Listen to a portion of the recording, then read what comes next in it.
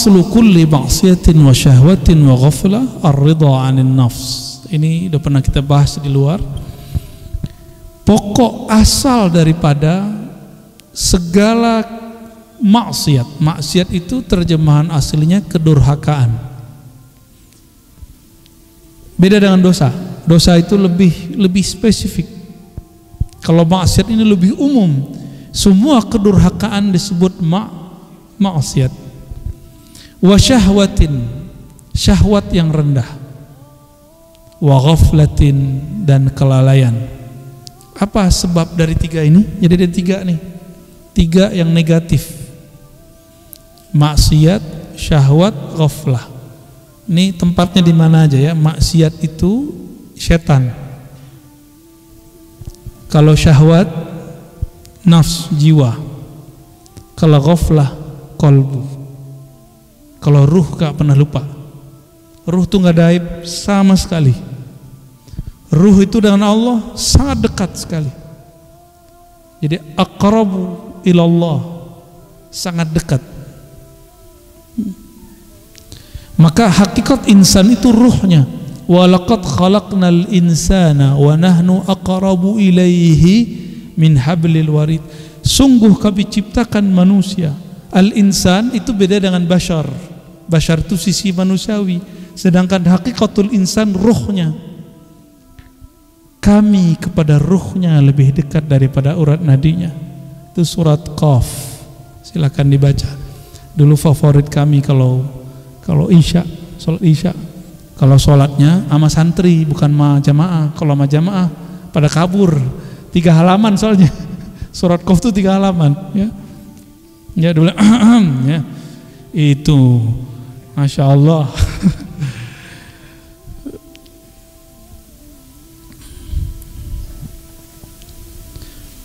Jadi kalau kolbu masih ada maksiatnya. Apa maksiat kolbu? Ghaflah. Maksiat jiwa, syahwah. Maksiatnya iblis, maksiat. Apa dosanya iblis? Maksiat. Kalau ruh, ar-ruh tidak ada dosanya. Ar-ruh min amri Rabbi, karena dia amrullah.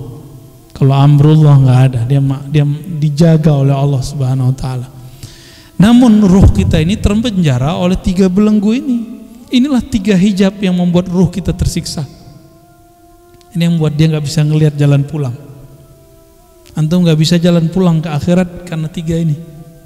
Kita nggak bisa jalan pulang karena dibutakan oleh 3 ini, ya. Maksiat, syahwat, dan ghaflah. Apa semuanya? Ar-ridha anin nafs, meridai nafsiyahmu, sisi manusiawimu. Jadi kalau kita sering merukhsah, memberikan keringanan untuk ya sudahlah gitu ya kepada diri, siap-siap maksiatnya akan beruntun, ya.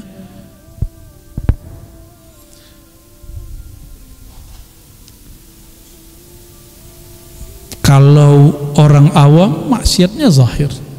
Kalau muallim guru maksiatnya batin. Batinnya guru itu apa? Maksiat batinnya guru, merasa alim. Ini yang paling ngeri, Pak. Itu hijab yang luar biasa. Berarti dia ghaflah. Dia lalai bahwa ada yang lebih alim dari dia. Apakah makhluk, apalagi Khalik, Allah Subhanahu wa ta'ala. Jadi merasa pinter dikit aja itu jauh-jauh. Tapi kalau antum merasa kepintaran ini dari Allah, baru boleh. Jadi kapan kita boleh merasa pintar? Jika kita lihat ini pemberian Allah. Kapan antum boleh merasa alim? Jika punya guru yang alim, merasa asbab mereka kita diberi ilmu oleh Allah Subhanahu wa ta'ala. Orang berguru jauh daripada ketakaburan. Ya pasti tawadhu. Wa aslu kulli ta'atin wa yaqazatin wa 'iffatin 'adamur ridha minka anha. Lawan dari maksiat taat, lawan dari syahwat yaqazah, sadar, ya. Lawan dari ghaflah Ini kebalik dia. Lawan dari syahwat iffah, tidak menjaga kehormatan. Lawan dari ghaflah yaqazah, yaitu sadar. Taat pada diri kita, ya. Iffah menjaga kehormatan diri pada nafs, yaqazah sadar pada qalbu. Itu adamur ridha minka anha, ketika engkau tidak meridhoinya, tidak memberi rukhsah untuk basyariah, sisi manusiawi. Jadi mulai kurangin. Jadi bertorikoh itu tidak hanya lagi ngurusin maksiat zahir semata, tapi sudah mulai maksiat yang batin. Itu kalau sudah mulai berjalan dalam dunia torikoh, ya. Kalau sudah mulai bertasawuf, nah, kita nggak akan bahas baca ini, faedahnya ini, itu nggak perlu lagi. Ya. Baca gimana caranya supaya rezeki saya lancar. Nah, udah udah mikirin gitu. Antum cukup berusaha, ikutin ilmunya, ambil asbabnya, jangan curhat begituan sama guru. Sebaiknya nggak usah. Kenapa? Curhat begitu itu akan mengurangi nanti rasa hormat kepada gurunya. Kenapa? Nanti kalau antum habis curhat tapi nggak ada efeknya pada usahanya, dia mikir kayaknya guruku kurang sakti deh. Gitu. Hati-hati ya. Ya. Cuma kalau minta doa boleh, minta doa aja, doain sukses itu cukup. Jangan spesifik. Ya. Tenang aja. Kalau antum punya kerja, punya usaha, ambil tugas usahanya, serahkan hasilnya kepada Allah, ya. Tentunya ngambilnya dengan bijak. Jadi orang-orang yang hebat di dunia itu orang bijak, bukan orang yang serabutan. Ya, kan ada orang yang penting kerja, yang penting lama di kantor, gaji nggak jelas. Kan ada juga yang begitu. Nggak begitu. Wali antas haba jahilan la yarda an nafsihi. Khairul laka min antashaba aliman yarda an nafsihi. Fa ayyu ilmin li alimin yarda an nafsihi wa ayyu jahlin li jahilin la yarda an nafsihi. Engkau berguru berkawan dengan orang yang jahil, kata orang dia nggak sekolah, nggak nyantri, bukan kiai, bukan habib, ya. Tapi la yarda an nafsihi, dia tidak ridho dengan nafsunya, dengan dirinya. Khairul laka, maksudnya dia tidak mengikuti hawa nafsunya. Khairul laka min antashaba aliman, itu lebih baik daripada engkau berguru bermajlis dengan orang alim tapi mengikuti hawa nafsunya. Senangnya nafsu ngapain? Kalau ada orang alim sono dia omongin aib orang alim itu senangnya nafsu. Nah, majelis begitu, kata beliau, kamu berguru kepada orang jahil di sudut kampung sana lebih baik daripada engkau berguru kepada dia, walaupun dia bergelar, berlakop, berderjat di depan mata umat misalnya. Tapi kalau omongannya begitu, la yanfa. Engkau punya guru orang yang dianggap tidak alim, tidak intelektual, tidak bergelar, tidak doktor, tidak LC, tidak MA, tidak kiai, itu lebih baik. Syaratnya satu, dia tidak mengikuti. Nah, punya guru biasa-biasa aja nggak apa-apa, ya. Kenapa? Fa ayu ilmin li alimin yarda an nafsi. Masih disebut alim nggak orang yang suka mengikuti hawa nafsunya? Kiai cari popularitas itu ngikutin hawa nafsu.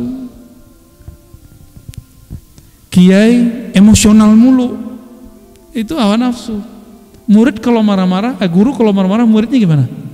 Sama. Nanti coba lihat aja.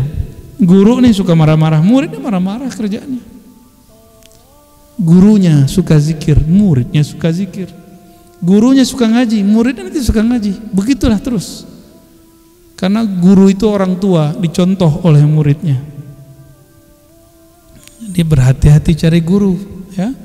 Wa ayu jahlin li jahilin, masih disebut jahil enggak orang yang tadi menurut antum tidak sekolah tapi dia tidak mengikuti hawa nafsunya, ya. Saya ketemu dengan seseorang dibully orang enggak balas dibully. Dibully orang enggak balas dibully. Tapi ada yang katanya hafiz Quran, sekolahnya ke luar negeri, senggol dikit di YouTube balasnya berjilid-jilid. wa ayyu jahlin li jahilin la yarda an nafsi. Disitulah mata batin akan kebuka, mana sebenarnya yang alim, mana sebenarnya yang jahil. Ya, ini kita tes nih besok nih antum, disenggol orang, dimaki orang, dibully orang, di unlike orang, emosi nggak? Ya, nggak boleh emosi. Kalau ngaji hikam emosi, berarti ngaji hikamnya harus lebih banyak, bukan berhenti ngaji hikam. Karena ada yang kiai ngajar hikam marah-marah, ente masih marah, masih begini, dia ngelarang orang marah tapi dia marah-marah. Masih marah-marah, ngaji hikam, berhenti ngaji hikam. Seharusnya kiai yang berhenti ngaji hikam, ya. Allahumma sholli ala Sayyidina Muhammad. Jam berapa kita selesai? Boleh ada pertanyaan? Jam 9. Oke. 1 ya. Oke. Fadhal.